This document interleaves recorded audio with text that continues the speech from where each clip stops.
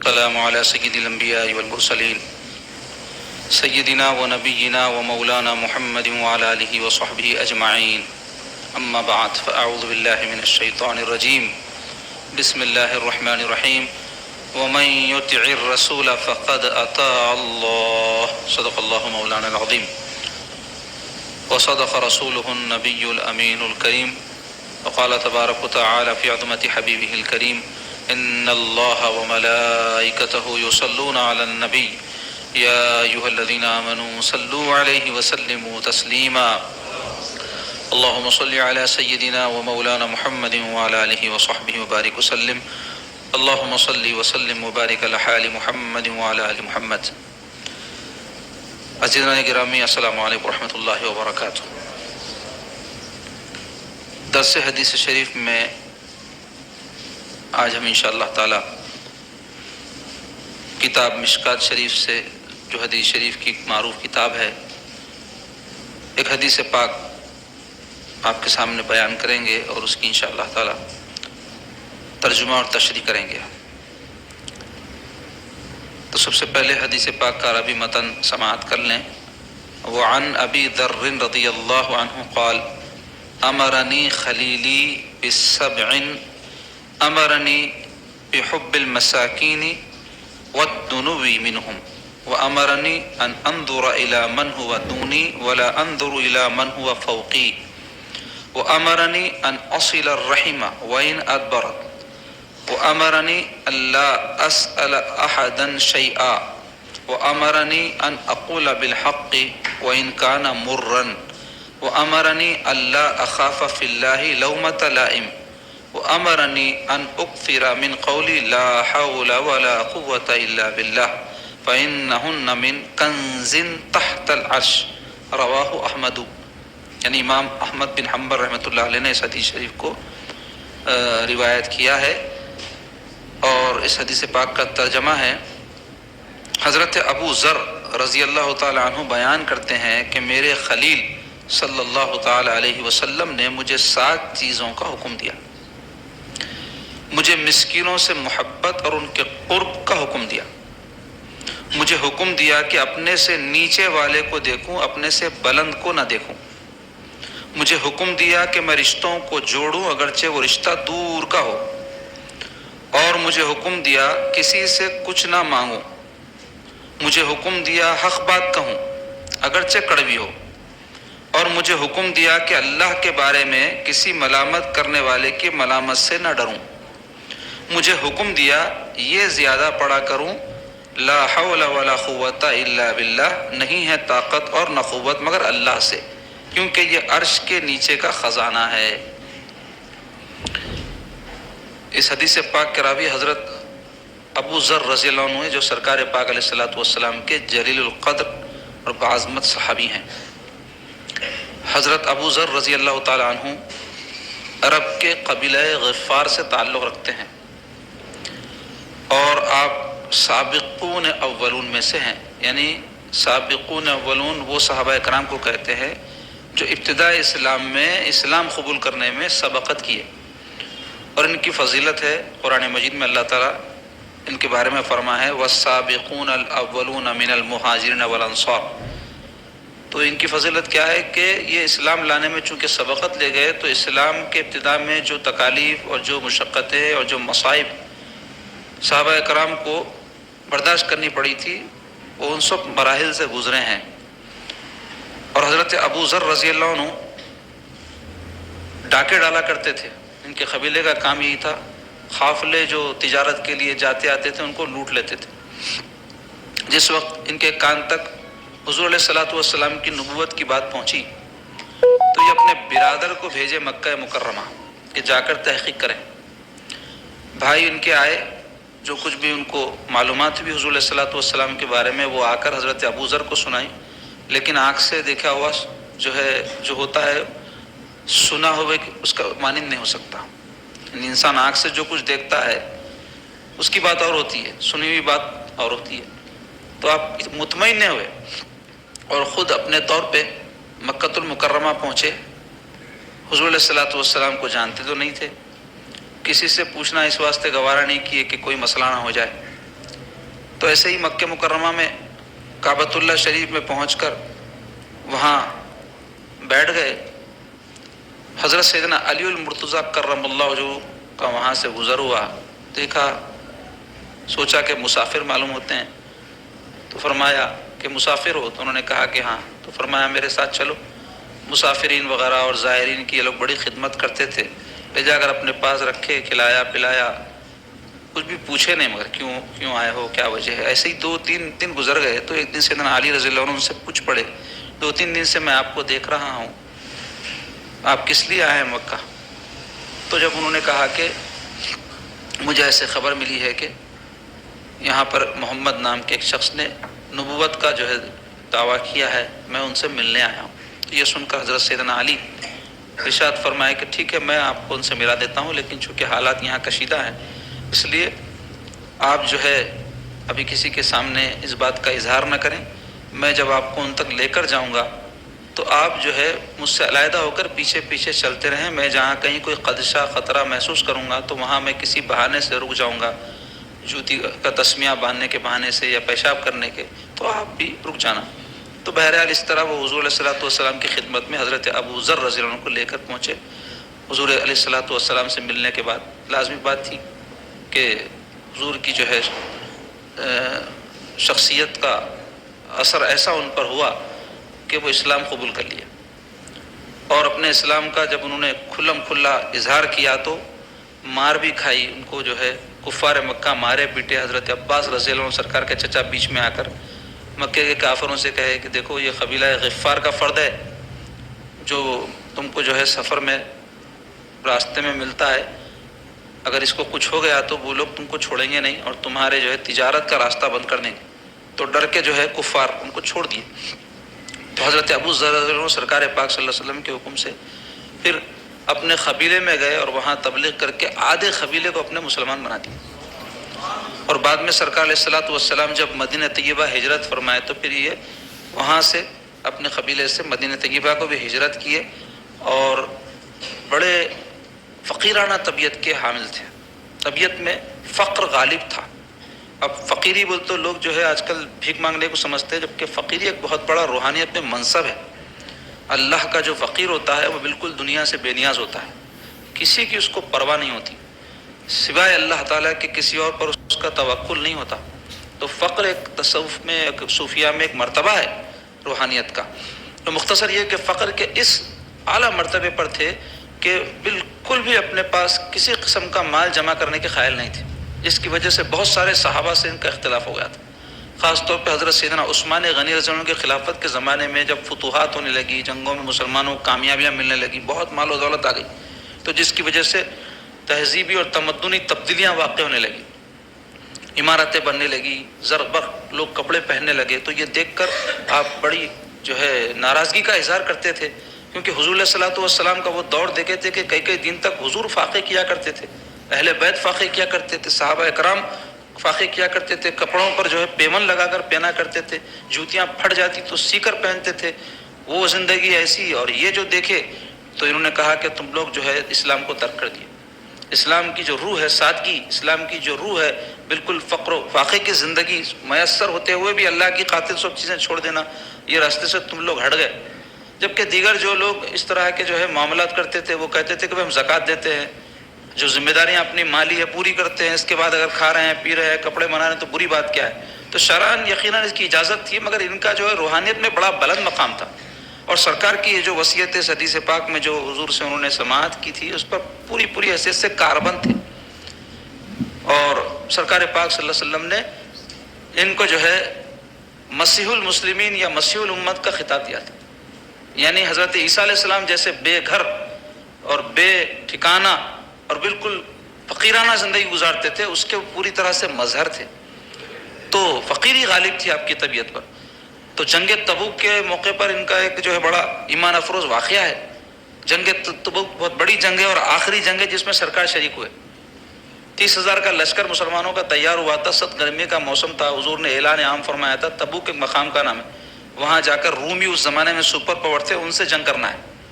تو جب یہ لشکر تیار ہو رہا تھا تو منافقین بہانے کر کے کئی قسم کی باتیں کر کے شریک نہیں ہوئے. تو ایسی بعض مسلمانوں میں مخلص لوگ تھے جو شریک نہیں ہو سکے تھے. حضرت ابو ذر رضی اللہ عنہ بھی اس قافلے میں اس لشکر میں شریک ہونے کے لیے سواری لے کے نکلے، اپنے اونٹ پر سامان لادا. تو اونٹ ان کا کمزور تھا، سست پڑ گیا، لشکر آگے آگے نکل گئے، انہوں پیچھے رہ گئے. تو اب ان کا جوش ایمانی دیکھو، اونٹ پر جو سامان لاتے ہیں اتنا سامان اپنی پیٹھ پہ لاد کے نکل گئے.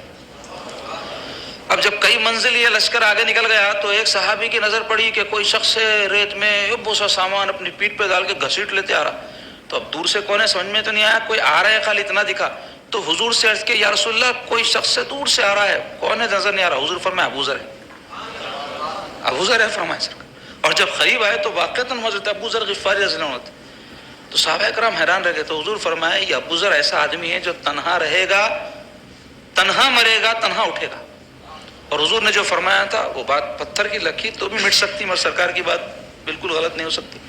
تو ہوا یہ کہ جب اختلاف ہوا ان کا مالدار لوگوں سے، تو آپ کیا کیے کہ مدینہ شریف جبکہ بہت محبوب تھا آپ کو، سرکار کا جو ہے شہر پاک ہے، اس کو چھوڑ کر کے ربضہ نام کا ایک قریب میں ویران حصہ تھا، گاؤں تھا، وہاں جا کے رہ گئے.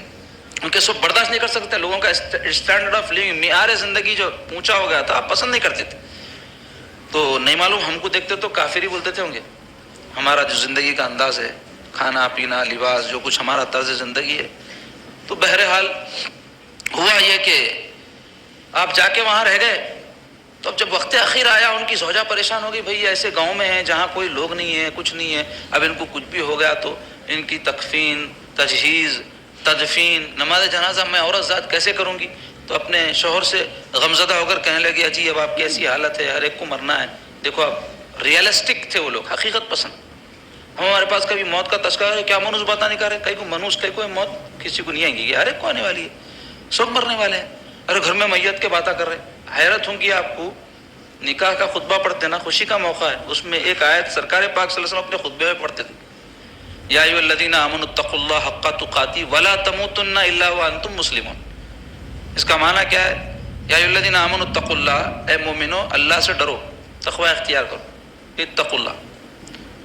یا ایھا الذین آمنوا اتقوا اللہ، اور اس کے اندر آخر میں اس میں فرما رہے ولا تموتن الا وانتم مسلمون، اور تم نہیں مرنا دیکھو مگر مسلمان مرنا. تو مرنے کی بات شادی کے موقع پہ ہو رہی. تو موت کا تذکرہ ہر وقت ہوتے رہنا، اور خاص طور پہ خوشی کے موقع پر تو کرنا ہی، تاکہ انسان کو جو خوشی کی لہر میں بہہ کے غافل ہو جاتا نا اللہ رسول سے، اس وقت جو ہے ایسا ایک آدھ ضرب لگنا انسان. اور جب تک موت کی یاد انسان کے دل میں نہیں آئی، آخرت کی طرف متوجہ نہیں ہوتا جی. تو موت ایک حقیقت ہے. تو بہرحال جب ان کی بیوی اظہار کرے تو بولے فکر مت کر، اللہ انتظام کرنے والا ہے، ایسے متوکل تھے. تو آپ دیکھو حیرت کی بات، کرامات ان کی بیوی کیا کرے، تو ربضہ کو جو راستہ مدینے سے مڑتا تھا گاؤں کا، وہاں جا کے رستے پہ ٹھہر گئے. تو کیا دیکھتے کہ قافلہ آ رہا. قافلہ جب قریب آیا تو کس کا قافلہ ہے؟ صحابہ کا قافلہ ہے. حضرت عبداللہ ابن مسعود سرکار کے جلیل القدر فقیہ صحابی ہے. انہوں دیکھے کہ عورت ٹھہری ہوئی ہے تو آ کے پوچھے اماں کہیں کو ٹھہرے، تم کون ہے؟ تو بولے یار میرے شوہر جو ہے اس میں گاؤں میں کوئی لوگ نہیں ہے، چھوٹا سا 2-4 مکان کا گاؤں ہے اور مرنے کے قریب ہے، اور ان کو جو ہے آخری وقت کے بعد جو معاملات ہے وہ کیسا میں کروں گی سوچ کے میں یہاں کے ٹھہر گئی. تو آپ سنتے بولے ابو ذر ہے کیا کچھ؟ تو بولے آپ کو کیسا معلوم؟ تو بولے سرکار فرمائے تھے ابو ذر اکیلا رہے گا، اکیلا مرے گا، اکیلا اٹھے گا. تو چلو بولے صحابہ پہنچ کے پورے ہوں. تو ان کا آخری جو کام تھا صحابہ اکرام انجام دیے، ان کے ساتھیاں. تو بہرحال بہت عظیم صحابی حضرت ابو ذر رضی اللہ عنہ، وہ سرکار پاک علیہ الصلوۃ والسلام 7 باتوں کی جو ان کو تاکید فرمائے تھے، تو اس کو جو ہے آپ یہاں نقل کر رہے ہیں، ذکر فرما رہے ہیں. وہ کیا باتیں ہیں؟ 7 باتوں میں پہلی جو ہے بات جو سرکار پاک علیہ الصلوۃ والسلام ان کو حکم فرمائے، امرنی خلیلی، میرے خلیل، میرے دوست، میرے محبوب محمد رسول اللہ صلی اللہ علیہ وسلم نے جو 7 باتیں مجھے فرمائی، وہ کیا ہے؟ فرماتے ہیں پہلی بات مسکینوں سے محبت اور ان کا قرب. کیا فرمایا سرکار پاک صلی اللہ علیہ وسلم حضرت ابو ذر کو؟ کہ ابو ذر مسکینوں سے محبت رکھ اور ان کا قرب تلاش کر. مسکین کسے بولتے؟ اصطلاح شریعت میں مسکین ایسے آدمی کو بولتے ایک ٹائم کا کھایا تو دوسرے ٹائم کا نہ رہنا. کون ہے بھائی مسکین آج کے دور میں؟ ہمارے گھروں میں اناج کے تھیلے رہتے اور مزے مزے کی دعوتیں ہم اڑاتے. سیزن جب دعوتوں کا چلتا تو مہینے میں کسی کو 15 دن، کسی کو 8 دن، کسی کو 10 دن دعوتیں رہتے، اور ہر طرح کی جو ضروریات زندگی ہے ہم کو میسر ہے. تو مسکین جو آدمی ہوتا وہ ایسا رہتا کہ اس کے پاس ایک شخص جو فقیر ہوتا، فقیر کسے بولتے ہیں؟ جس کے پاس زکوٰۃ کے برابر مال نہ ہو لیکن اپنی ضروریات کی تکمیل کر سکتا فقیر آدمی، زکوٰۃ کا اہل نہیں رہتا، مکلف نہیں رہتا زکوٰۃ کا، یعنی پیسہ اس کے پاس اتنا نہیں رہتا کہ زکوٰۃ نکال سکے، لیکن اتنا رہتا کہ اپنے کام چل سکے، مسکین اس سے بھی غریب کو بولتے۔ تو حضور علیہ الصلوۃ والسلام فرمائے مسکینوں سے محبت، اور ایک مسکین کا معنی علماء نے بیان کیا ہے ایسا شخص جو مغرور نہ ہو، متواضع ہو، منکسر المزاج ہو، جس کے اندر لوگوں کو حقیر سمجھنے کی فطرت نہ ہو، لوگوں کو ادنا نہ جانتا ہو، ایسے شخص کو مسکین بولتے نہیں مسکین طبیعت ہے بھائی، غریب طبیعت کے آدمی ہے بولتے نہیں، مطلب کیا رہتا؟ مغرور نہیں ہے، سیدھے سادے ہے، سادگی پسند ہے، جہاں بلائے جاتے جو بولے سن لیتے، جو کھلائے کھا لیتے، یہ کہیں کو وہ کہیں کو نہیں بولتے۔ تو نہ شرعاً و اصطلاحاً نہ عقلاً جس کو مسکین کہتے آج کے دور میں کوئی نظر آ رہا؟ مسکینہ بہت کم ہے، ہوں گے نہیں ہے بلکہ نہیں، بولو دنیا جب تک رہیں گے امیر غریب سو بھی رہیں گے، لیکن اس زمانے میں بہت زیادہ تھے مسکین لوگ۔ تو حضور کیا فرمایا؟ مسکینوں سے محبت کرو۔ تو اب محبت بول تو کیا ان کو سامنے بیٹھا کے خالی دیکھتے رہنا؟ محبت بولے تو آدمی کو کسی سے محبت ہے تو اس کی مدد کرتا، اس کا خیال رکھتا، اس کے ضروریات کی تکمیل کرتا، اس کے ساتھ اچھا سلوک کرتا، یہ سب کرنے کو محبت بولتے ہیں۔ محبت کیا سمجھے بولتے تو زبانی جمع خرچ، زبان سے بھی ہونا اظہار محبت۔ اگر ہم کو کسی سے محبت ہے تو حضور فرمائے تم اظہار کر دو کہ تم فلاں سے محبت کرتے ہو، مگر کیا خالی زبان سے اظہار کر دینے سے پیٹ بھر جاتا مسکین کا؟ نہیں، اس کے ساتھ جو بھی سلوک کر سکتے، جو بھی اس کے ساتھ مدد کر سکتے، اس کا مدد کا معاملہ کرنا، ان سے محبت اور ان کا قرب بھی تلاش کرو بولے۔ یعنی ایسا نہیں ہے کہ کوئی مسکین کو آپ کچھ دے دے رہے ہیں اور بس کافی ہے، میری محبت کا اظہار نہیں، ان کے ساتھ کے گروہ بھر رہے ہیں، تو اس سے کیا ہوتا؟ ہمارا غرور ٹوٹتا۔ آدمی جو ہے معتبروں کے ساتھ، دولت مندوں کے ساتھ اور سیٹوں کے ساتھ، لیڈروں کے ساتھ، شہرت والے لوگوں کے ساتھ رہنا، تصویر کھینچانا پسند کرتا، نہ غریبوں کے ساتھ کبھی دیکھے آپ کو غریب کے ساتھ فوٹو لے کے ڈالا سو اپنی عزت نہیں بڑھتی سمجھتے لوگ، جبکہ اللہ کی نظر میں اس کی عزت بڑھ جاتی۔ دنیا کے لوگوں کی نظر میں کس کی عزت بڑھتی؟ لیڈر صاحب، ایم ایل اے صاحب کے ساتھ فوٹو لے کے خوشی خوشی ڈالتے، جیسا ان کی جنت میں ان کو لے جانے والے ہیں انہوں، یا خبر میں کام آنے والے ہیں انہوں، یہیں ختم کر دیتے آپ کو، ذرا آپ ان کے خلاف جاؤ گلا کاٹ کے پھینک دیتے آپ کو، منہ توڑ دیتے مار کے۔ سیاست دان لوگ دیکھیں نا آپ، تو لوگ بہت خواہش رہتی باجنوں کا، عجیب جنون رہتا ان کے ساتھ، تصویریں کھینچا کے خوش ہوتے، پر اپنی اپنی سوچ ہے۔ تو سرکار کیا فرما ہے؟ کس کا قرب تلاش کرو؟ مسکینوں کا، اور اس میں کوئی دکھاوا کرنے کی ضرورت بھی نہیں ہے، ان کو دیکھ کے فوٹوਆਂ ڈالنا، ان کو کچھ مدد کر کے لوگوں کے سامنے اظہار کرنا، سب اجر ضائع ہو جاتا۔ ان سے محبت بھی کرنا اور خاموشی سے ان کا سلوک کرنا، ان کے ساتھ رہنا، تو اس سے انسان کے اندر کیا ہے؟ تواضع پیدا ہوتی، انکساری پیدا ہوتی، ہمدردی پیدا ہوتی، لوگوں کے ساتھ شفقت کا اور خندہ پیشانی کے ساتھ پیش آنے کا جذبہ پیدا ہوتا۔ اور دوسرا حکم کیا فرمائے حضور علیہ الصلوۃ والسلام حضرت ابو ذر رضی اللہ عنہ کو؟ تو ان کے ذریعے سے دیکھو آپ، ہم کو یہ نعمت پہنچی، کسی کے ذریعے سے چاول پہنچتا ہوں گا، آٹا پہنچتا ہوں گا، پیسے پہنچتے ہوں گے، جو کھائے پیے خرچ ختم۔ یہ جو چیزیں ایسی ہے جو آخرت میں کام آنے والی ہے، تو اللہ کے جیسے بندے ہوتے ان سے ویسی چیز پہنچتی۔ دیکھو آپ دنیا داروں کے ساتھ رہو، آپ دنیا پہنچتی آپ تک، شہرت والوں کے ساتھ رہو، آپ کے اندر شہرت کا جذبہ پیدا ہوتا، شہرت پہنچتی آپ تک، جس کے ساتھ رہیں گے وہی پہنچیں گے۔ عطر خوشبو دیتا، گندگی بدبو دیتی، دنیا دار آدمی دنیا دیتا، اللہ والے لوگ اللہ سے قریب کرتے۔ تو حضرت ابو ذر کے ذریعے اللہ سے قرب کیسا نصیب ہوتا وہ ہم کو جو ہے آپ بتا رہے ہیں۔ کیا ہے وہ؟ مسکینوں سے محبت اور ان کا قرب۔ قربان جاؤ میرے آقا علیہ الصلوۃ والسلام کے، حضور علیہ الصلوۃ والسلام کی ایک مشہور دعا ہے جو یاد بھی کر لینا چاہیے، اگر یاد بھی نہیں ہوئی عربی زبان میں تو اردو میں اس کا مفہوم سمجھ کے اللہ تعالیٰ سے اردو میں تو بھی یہ دعا مانگ لیتے رہنا۔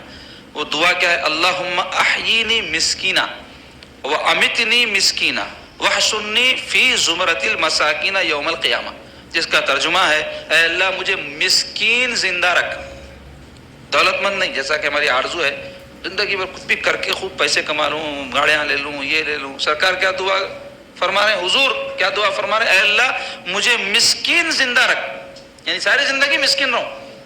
بہت بڑی ہمت کی بات ہے، کبھی کر لی ہے آمین کوئی بول دیا خوب لوگ تو پریشان ہو جاتے، یہ کیا مصیبت جان پہ پڑ گئی، بولنے کو تو بول دیا، ہمت نہیں رکھ سکتے۔ اس واسطے مسکین ہوں بلکہ دعا نہیں بھی کر سکے، اتنی ہمت نہیں ہے تو حلال روزی تو بھی ملے، کسی کا محتاج نہ ہو، یہ تو بھی دعا کر لینا، کم سے کم کہوں گا میں، یہ بہت بڑی ہمت کی بات ہے یہ۔ اے اللہ مجھے مسکین رکھ، تو اے اللہ مجھے مسکین زندہ رکھ اور مسکنت میں یعنی مسکینی میں مجھے موت دیجیے، یعنی میں مروں بھی مسکینی کی حالت میں سرکار فرماتے ہیں، اور آخرت میں بھی مساکین کی جماعت کے ساتھ میرا حشر فرما۔ یہ خوشخبری اور خوش قسمتی ہے مساکین کے لیے کہ سرکار ان کے ساتھ رہنے کی دعا فرما رہے ہیں، اور حضور میرے رہے بھی۔ اصحاب صفہ کون تھے؟ مسکین لوگ تھے۔ سرکار پاک علیہ الصلوۃ والسلام ان کو وقت دیا کرتے تھے، حضور علیہ الصلوۃ والسلام کی صحبت سے وہ مشرف ہوتے تھے۔ حضرت ابو ذر رضی اللہ عنہ بھی انہی صحابہ میں سے اصحاب صفہ میں ان کا شمار ہوتا ہے۔ تو چاہیے کہ مسکینوں سے ہم کو محبت ہو، بالخصوص اپنے رشتہ داروں میں اگر کوئی مسکین ہے، غریب آدمی ہے، مسکین نہیں بھی ہے تو اس کے قریب بھی کوئی ہے، فقیر ہے، ضرورت مند ہے، تو اس کی محبت ہمارے دل میں رہنا اور اس کا قرب تلاش کرنا، اس کے ساتھ رہنا، اس سے بہت فائدے ہیں دین و دنیا کے۔ دوسرے یہ سرکار فرمائے حضرت ابو ذر رضی اللہ عنہ کو، اور ان کے ذریعے ہم کو یہ حکم ملتا ہے کہ نیچے والوں کو دیکھے، بلند کو نہ دیکھیں، مالی اعتبار سے، دنیاوی اعتبار سے، اور اس کے برعکس دینی اعتبار سے اپنے سے برتر کو دیکھیں۔ تو اس سے کیا ہوگا؟ دین کے اندر آگے بڑھنے کا، مسابقت کمپلیٹ کرنے کا ہم میں جذبہ پیدا ہوگا۔ کوئی شخص ہے بہت علم والا ہے، کاش میں بھی ایسا ہوتا، کوشش کرنا علم حاصل کرنے کی۔ کوئی شخص بہت عبادت کرتا ہے، وظائف پڑھتا ہے، ارے میں بھی ایسا بن جاؤں، بھائی بہت اللہ اللہ کروں، ایسا جذبہ رہنا۔ کوئی خیرات صدقات کرتا ہے تو وہاں جو ہے اس کو پیش نظر رکھنا دینی اعتبار سے، اور دنیاوی اعتبار سے مالدار لوگوں کو نہیں دیکھنا، اپنے سے کمتر کو دیکھنا۔ سردی کے دنوں میں سڑک کے اوپر کئی لوگ کپ کپاتے پڑے ہوئے ہیں، گھر نہیں ہے ان کو، اللہ مجھے دیا، ٹین کا صحیح، نئے شہر میں نہیں، حالانکہ نئے شہر میں، پرانے شہر میں ہونا کوئی فخر کی بات نہیں ہے، کیونکہ یہ سب چیزیں دنیاوی اعتبار سے ہوں گی۔ اللہ تعالیٰ کے پاس دولت مند، عزت والا، شہرت والا کوئی حیثیت نہیں رکھتا۔ ان اکرمکم عند اللہ اتقاکم، بے شک تم میں اللہ کے نزدیک عزت والا وہ ہے جو تقوی والا ہے۔ اللہ سے جو جتنا ڈرتا ہے نا، اللہ کے نزدیک اتنا مقرب ہے۔ سیٹھ صاحب، مولوی صاحب یا دولت مند صاحب، لیڈر صاحب، ایم ایل اے صاحب، ایم پی صاحب، منسٹر صاحب، مچھر کے پر کے برابر اللہ کے پاس حیثیت نہیں ہے ان کی۔ اور ہمارے نظر میں بھی یہ رتبوں، یہ دنیاوی عہدوں کی وجہ سے کسی کی عزت نہ رہنا۔ کوئی حافظ صاحب ہے، مولوی صاحب ہے، مسکین صاحب ہے، فقیر صاحب ہے، متقی صاحب ہے، مشائخ صاحب ہے، دین کے جو رتبے ہے ان کی وجہ سے ان کی عزت اور تعظیم رہنا۔ والد صاحب ہے، والدہ صاحبہ ہے، پڑوسی صاحب ہے، رشتہ دار صاحب ہے، یہ سب صحابہ ہیں۔ لوگ ان کو صاحب نہیں سمجھتے، ایسی چلاتے ہیں ان کے ساتھ معاملہ۔ یہ سب صاحب ہے، خالی ایم ایل اے صاحب ہی صاحب نہیں ہے، منسٹر صاحب ہی صاحب نہیں ہے، یہ لوگ صاحب بولتے تو عزت دے، عزت والی شخصیت، ریسپیکٹ دینا، مسٹر جناب بولتے نا، ہم عزت دیتے، تو عزت یہ سب تعلقات کو دینا ہے۔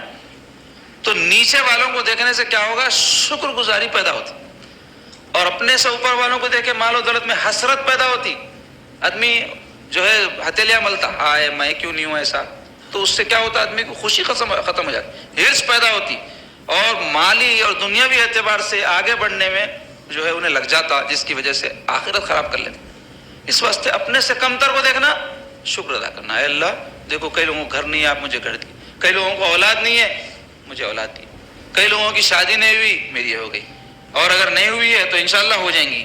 ایسا اپنے سے کمتر کو دیکھنا اور سمجھنا کہ اللہ مجھے، کیونکہ دنیا میں برتر سے برتر بھی ہے، کمتر سے کمتر بھی، اپنے دیکھنے کے نظریے کی بات ہے، اپنی سوچ کی بات ہے۔ تو شکر گزار آپ دیکھ رہے ہیں دور حاضر میں لوگ کیوں نہیں بن رہے معلوم؟ اس کی بہت بڑی وجہ یہ سرکار کے اس ارشاد پہ عمل نہیں کر رہے۔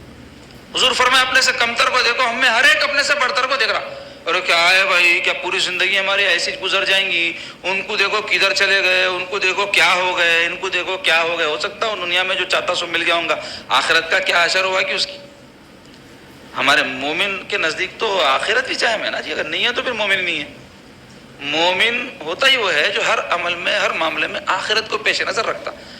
آخرت سلامت تو سب سلامت، آخرت برباد تو مال متاع، عزت، شہرت، دنیا، بیوی، بچے، منصب، کوئی چیز کام آنے والی نہیں۔ تو اصل ہے آخرت۔ تو آخرت سنوارنے کے واسطے کیا ضروری ہے؟ اپنے سے مال و دنیاوی اعتبار سے کمتر کو دیکھنا، شکر گزاری کرنا، اور اپنے سے برتر پہ نظر نہیں رکھنا۔ اس بارے میں تیسرا حکم کیا فرمایا سرکار پاک علیہ الصلوۃ والسلام نے؟ رشتوں کو جوڑے، بھلے دور کا رشتہ، اس کو بولتے صلہ رحمی، رشتہ جوڑنا، اور اس کے مقابلے میں خطا رحمی، رشتے کاٹنا، یعنی ملنا جلنا چھوڑ دینا، ناراض ہو جانا، اور جانا نہیں، بلانا نہیں، بالکل ربط ضبط نہیں رکھنا، یہ سب خطا رحمی ہے، اور یہ حرام ہے، جیسا شراب، جوا، قتل زنا جیسے حرام ہے نا، بالکل اتنے ہی لیول کا حرام ہے یہ بھی، مگر اس حرام کو لوگ مزے سے استعمال کرتے. کیا؟ قطع رحمی، تعلقات کاٹ لیتے چھوٹی چھوٹی باتوں پہ، ملنا جلنا، ناراضگیاں ہوتی، طبیعتوں میں اختلاف ہے، مگر اس کا یہ مطلب نہیں کہ بالکل ہی تعلق کسی سے ختم کر لیا جائے. خاص طور پہ سسرالی رشتوں میں، بار بار کہتا ہوں، پھر کہوں گا، انشاءاللہ آگے بھی کہتا رہوں گا، سسرالی رشتوں کے بارے میں بڑی اس سلسلے میں کوتاہیاں خاص طور پہ ہماری عورتوں سے ہوتی ہیں. چھوٹی چھوٹی باتوں پہ ساس بہو میں، ننند بھاوج میں، دیورانی جیٹھانی میں جو جھگڑے ہوتے، اس کو لے کر کے ایک دوسرے کی صورتیں نہیں دیکھ لیتے. یہاں تک کہ نسلاً بعد نسل یہ سلسلہ چلتے رہتا. اپنے بچوں کو بھی وصیتیں کر کے جاتے، نفرت ڈال کے جاتے، برائیاں کرتے.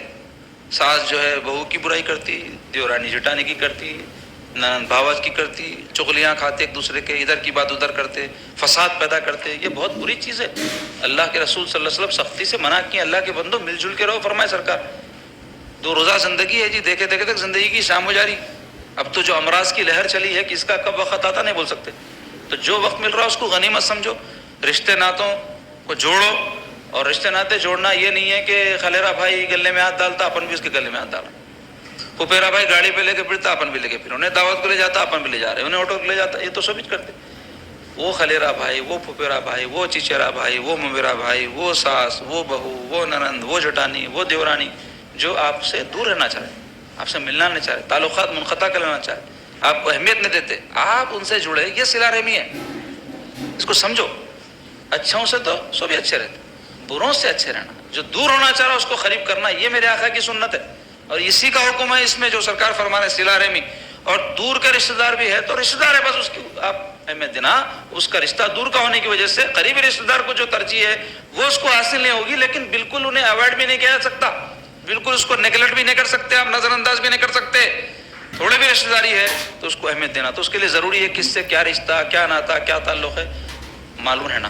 کئی لوگ ہیں اپنے رشتہ داروں کو جو ہے نظر انداز کرتے، اور ایسے رشتہ دار جو مالدار ہے، عزت والے، شہرت والے، ان کو لگا کے رکھتے.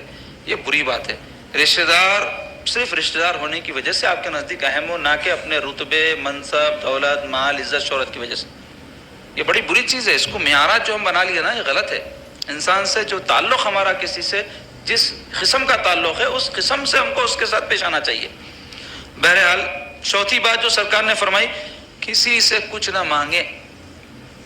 بڑی اہم بات ہے یہ بھی. آج کے دور میں لوگوں کے اندر خودداری باقی نہیں رہی.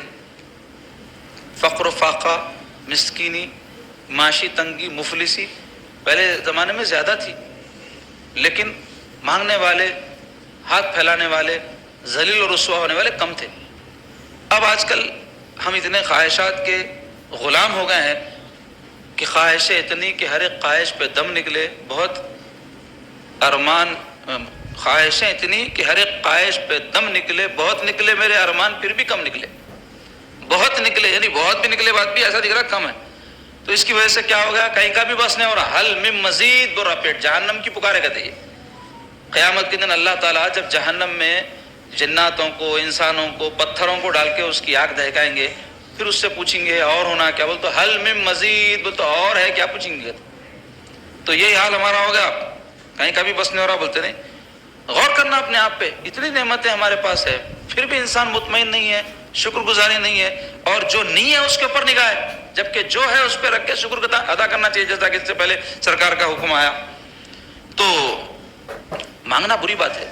کئی تو بالکل نچلے درجے کے بھکاری رہتے، جو مسجدوں کا نے، شادی خانوں کا نے، سڑکوں پہ نمائشوں کا نے، یہاں وہاں کھڑے ہوئے ملتے آپ کو. کئی ذرہ اونچی کیٹیگری کے رہتے، وہ کھڑے ہوئے کبھی نہیں رہتے، آپ تک پہنچ جاتے. کوئی ذرہ اور اس سے اونچی کیٹیگری کے رہتے، خاندانوں میں، رشتہ داروں میں، دوست احباب میں، پڑوسی میں عادت رہتی مانگنے کی.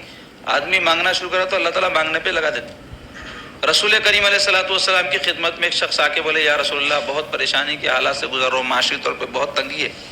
تو حضور علیہ السلام جو ہے فرمائے کہ تجارت وغیرہ کر. تو بولے یا رسول اللہ مال کہاں ہے تجارت کرنے. تو حضور پاک علیہ السلام فرمائے ٹھیک ہے تیرے گھر میں کیا ہے.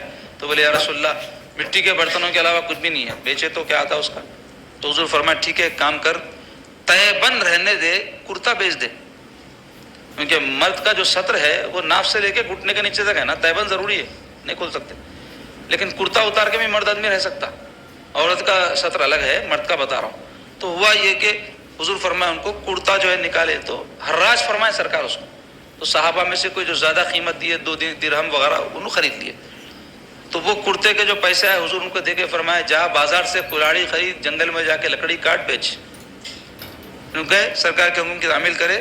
چند دنوں کے اندر آئے تو 10 درہم تھے ان کے پاس. حضور کی خدمت میں پیش کیا تو حضور فرمایا جا تو تیرے بچے کھا لے. تو آپ غور کرو, سرکار پاک صلی اللہ علیہ وسلم ان کو چندہ جمع کر کے نہیں دیے انہوں مجبور ہے ان کو بھیک دیو تم لوگ, نہ ہی ان کو حکم دیا کہ تم مانگ لو لوگوں سے جا کے, بلکہ ان کو سکھائے کہ ہاتھ پاؤں جب تک سلامت ہے محنت کرو, خودداری سے کام کرو. لوگ توقع بھیجا یہ رشتے دار ہم پریشان ہیں, ہماری مدد نہیں کرے, ہماری بچی کی شادی تھی اس وقت پوچھا نہیں, کہیں پوچھی تم کو کس کے اوپر بھی آس امید اللہ سے, تم جو ہے تعلق جوڑو اپنا, اللہ پہ بھروسہ کرو, اللہ اسباب بنایا نہیں بنایا, جو اپنے حالات ہے اس کے اندر جو کر سکتے کر لو, نہیں ہے تو قرض لے لو. لیکن یہ لوگوں کے جیبوں پہ نظر نہیں دیے تو ناراضگی ان سے رشتے ناطے ختم کر لیتے, کہ ہماری بچی کی شادی تھی تو کچھ بھی مدد کرے, بہرحال ختم, بلائے نکو جاؤ, نکو نہ ہو. غلط بات ہے. کر دیا شکریہ بھائی, نہیں کرا تو جان دو. ہاں اگر آپ کو اللہ اسباب دیا تو کرنا چاہیے ایسے موقع پر.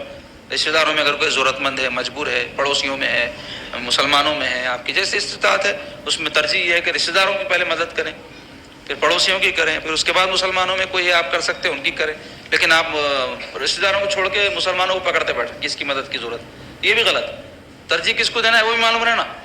تو مختصر یہ ہے کہ ہم کو چاہیے کہ کسی سے کچھ نہ مانگیں, کیونکہ حدیث شریف میں قیامت کے دن بعض لوگ ایسے ہوں گے جن کو جب لایا جائے گا ان کے جسم پر گوشت نہ رہیں گا, صرف ہڈیوں کا ڈھانچہ رہیں گے. وہ لوگ رہیں گے جو لوگوں سے جا کے مانگتے تھے, تو قیامت کے دن ان کی علامت ہوگی. کتنی بری بات ہے. تو اس واسطے اس سے بچنا. 5ویں بات جو سرکار نے فرمائی ان کو, حضرت ابو ذر کو, حق بات کہے گرچہ کڑوی ہو. بہت بڑی ہمت کا کام ہے یہ بھی, کہ کوئی سچ بات رہتی, لوگ یہ سوچ کے کہ میں بول دیا تو تعلقات خراب ہو جاتے, برا مان جائیں گے, ناراض ہو جائیں گے, نہیں بولتے. ہاں البتہ بولنے میں اگر مصلحت اور حکمت کو اختیار کیا جائے تو اچھا ہے, لیکن کئی موقعوں پر مصلحت اور حکمت نہیں اختیار کر سکتے, کھلے طور پہ بولنا پڑتا. میں انہیں سمجھ کے بھی نہیں سمجھے جیسا کرتا تو اس وقت پرواہ نہیں کرنا کس کی بھی کہ کون کیا سوچیں گا. سچی بات ہے فوری کہنا چاہیے. اب یہ ماحول ہمارے پاس نہیں رہا, نہ لوگ حق گو ہے نہ حق پسند ہے. پہلے حق گو بھی تھے, حق پسند بھی تھے, حق بات بولتے بھی تھے, اور کسی تک حق بات پہنچی تو انہیں سن کے شکریہ ادا کرتا تھا, بھائی میں غافل تھا آپ مجھے آگاہ کر دیے. اب دشمن ہو جاتا انہیں, نفرت کرتا. البتہ حق بات بولنے میں کسی کو ذلیل نہیں کرنا, تنہائی میں بولنا, یا جہاں ضرورت محفل اور مجلس میں بولنے کی ہو, کوئی غلط کر رہے ہیں آپ اس کو تنہائی میں لے آ کے بول رہے ہیں تو ٹھیک ہے, انہیں تو سدھر جائیں گا. یہ سب کے سامنے جو گندگی پھیلا دیا وہ لوگ وہی صحیح ہے سمجھ کے بیٹھے.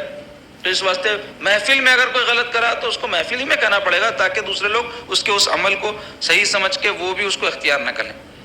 تو حق بات کہنے کی عادت رہنا, لوگوں کو پسند آئے یا نہ آئے. 6ٹھی بات, اللہ کے بارے میں کسی ملامت کرنے والے کی ملامت سے ڈرنا نہیں. انہوں کیا بولیں گے, آج ہو رہا ہمارے معاشرے میں لوگ اسراف کر رہے ہیں, بولے تو بول رہے بھائی دنیا والے کیا بولیں گے اگر ہم ایسا نہیں کرے تو, دنیا والے کیا خیال کریں گے, تو دنیا کی پرواہ کرتے لوگ, جبکہ اللہ اس کے رسول کا حکم ہے اسراف سے بچو, نہیں بچتے. یا ایسے ہی کئی کام ایسے ہماری زندگیوں میں ہے, صرف یہ سوچ کر دنیا کیا بولیں گی, رشتے دار کیا بولیں گے, پڑوسی کیا بولیں گے, لوگ کیا بولیں گے. یہ بڑا خطرناک ڈال ہے گئی, جبکہ ہم کو یہ خیال ہونا چاہیے اللہ تعالیٰ اس بارے میں ہم کو کیا حکم دیا, اگر ہم وہ نہیں کریں گے تو کیسا ہوں گا. رسول اللہ صلی اللہ علیہ وسلم کی اس میں ناراضگی ہمارا مقدر بنے گی تو کتنی بدبختی ہوں گی ہمارے لیے.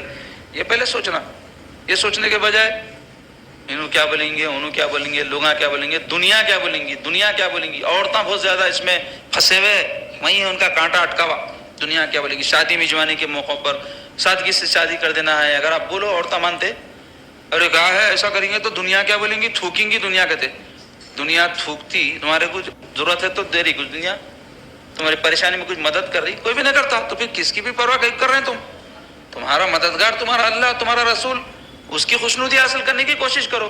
تو اللہ کے بارے میں, یا پھر ایک بات اس کی تشریح میں یہ کہی گئی ہے کہ تبلیغ وغیرہ کرنے میں بعض لوگ ناراض ہو جاتے, اصلاح کرنے میں بعض لوگ ناراض ہو جاتے, تو ان کی پرواہ نہیں کرنا, ملامت کرتے انہوں. یہ دیکھو ان کو دیکھو خود عمل نہیں کر رہے, ہمارے کو بول رہے ہیں, ان کو دیکھو ان کے بچے ایسے ہمارے کو اصلاح کر رہے ہیں, تو ملامت کریں گے بلکہ لوگ رک جاتے. یا ایسے ہی کوئی گمراہ ہو رہا, بدعقیدگی کی طرف جا رہا, اب اگر بولے تو کہاں برا مانتا کہ میرے سے پلٹا کے کچھ پوچھ لیا, آپ ہی نماز نہیں پڑھ رہے ہیں بول کے میرے کو لپٹ گیا تو میرے کو مصیبت ہو جاتی, تو اس کی ملامت سے ڈر کے بولتے نہیں. یا پھر کسی کو دین کے کوئی دعوت دینا ہے یا کوئی محفل مجلس میں لے جانا ہے, بولے کرے تو ارے تو کہاں جا صاحبوں کا نہیں جا رہا بھائی, تو کہاں چکروں میں پڑ گیا ہے صاحبوں کی, ان کے پیچھے کہاں جا رہا, بولے تو ملامت کر رہا انہیں, بہرحال اس واسطے بولے نہ کو اس کو, میں جاتا ہوں خاموشی سے, جاؤ آ جاؤ. تو ایسا تو خیال رہتا لوگوں کو. تو بہرحال کسی بھی قسم کی دین کے بارے میں کوئی ملامت کرے تو اس کی پرواہ نہیں رہنا ہمارے کو. اللہ تعالیٰ کا کیا حکم ہے, اس کی خوشنودی کیسے حاصل ہوتی وہ دیکھنا ہے. آخری بات, حضور علیہ الصلوۃ والسلام حضرت ابو ذر رضی اللہ عنہ نے فرمایا لا حول ولا قوۃ الا باللہ, بکثرت پڑھا کرو, عرش کے خزانوں میں سے ہے فرمایا. تو اس کی تشریح میں جو لکھا گیا ہے, فیوز و برکات کا نزول جو دنیا میں ہوتا ہے اسی خزانے سے ہوتا ہے. لا حول ولا قوۃ الا باللہ معمولی کلمہ نہیں ہے. کیا معنی اس کے, نہیں ہے کوئی حول و قوت مگر اللہ تعالیٰ کی طرف سے, یعنی سب چیز اللہ کے حکم سے ہوتی, پتہ نہیں ہلتا. یہ ایمان ہمارا رہنا, تو پڑھنے کے ساتھ ساتھ اس کے معنی بھی ذہن میں رہنا.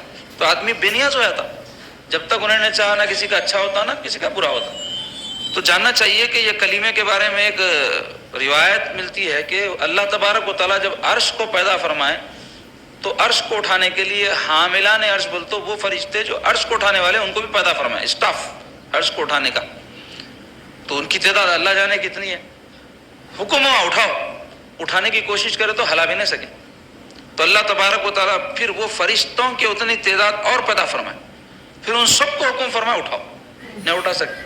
تو پھر زمین اور آسمان میں جتنے فرشتے تھے ان سب کو بھی ایڈ کر دیے ان کے ساتھ, بولے تم سب مل کر اٹھاؤ, تو بھی نہیں اٹھا سکے. کیونکہ عرش اتنی عظمت والی چیز ہے, اللہ تعالیٰ کا جو ہے عرش ہے وہ جس پر اس کی ذات متمکن ہے. تو اللہ تعالیٰ فرمائے پڑھو لا حول ولا قوۃ الا باللہ. تو سارے فرشتے لا حول ولا قوۃ الا باللہ پڑھتے ہوئے جب عرش کو اٹھائے تو عرش کو اٹھا لی. مگر دیکھے تو کیا ہے, پاواں ان کے اٹھے ہوئے, عرش معلق, انہوں بھی معلق. تو علماء لکھتے ہیں کہ وہ عرش کو نہ اٹھائے ہوئے تھے, عرش ان کو اٹھایا ہوا تھا. بلکہ کہتے ہیں کہ ان دونوں کو اللہ کی قدرت اٹھائی ہوئی تھی, لا حول ولا قوۃ الا باللہ العظیم کے کلمے کی برکت سے وہ اس کو اٹھا لیا. تو یہ معمولی کلمہ نہیں ہے, اس کے پڑھنے کی عادت رہنا.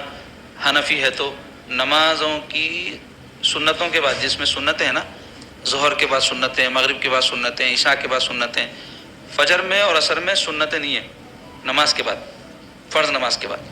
تو اس میں تو فوری ذکر و اذکار وغیرہ کر سکتے. جن نمازوں میں نمازوں کے بعد سنت موقدہ ہے تو پوری نماز پڑھے بعد حنفیوں کے بعد اذکار ہے, تو اس میں شامل رہنا ہے 7 مرتبے, 11 مرتبے, 21 مرتبے, جتنی ہمت. یا سوتے وقت کم سے کم پورے کاموں ہو کے بعد کلمہ طیبہ ہمیشہ کہتا ہوں میں, درود شریف, لا حول ولا قوۃ الا باللہ, استغفر اللہ ربی من کل ذنب واتوب الیہ. یہ کلمات پڑھ کے سونا مومن کا اول اور آخر کام ذکر الہی ہونا کم سے کم. ورنہ مومن کا صحیح کام تو یہ ہے کہ اٹھتے بیٹھتے اللہ کو یاد کرنا ہے. وذکر اللہ کثیرہ کا حکم ہے, کثرت سے اللہ تعالیٰ کو یاد کرو بول رہے. تو کثرت سے نہیں بھی کر سک رہے ہیں تو کم سے کم پہلا اور آخری کام تو صبح اٹھتے ہی اللہ کی یاد. تو وہ کیسا ہوتی, ویسے تہجد ہونا چاہیے, نہیں تو کم سے کم فجر کی نماز ہونا, فجر کی نماز اللہ کی یاد ہے نا, اس سے دن کا آغاز.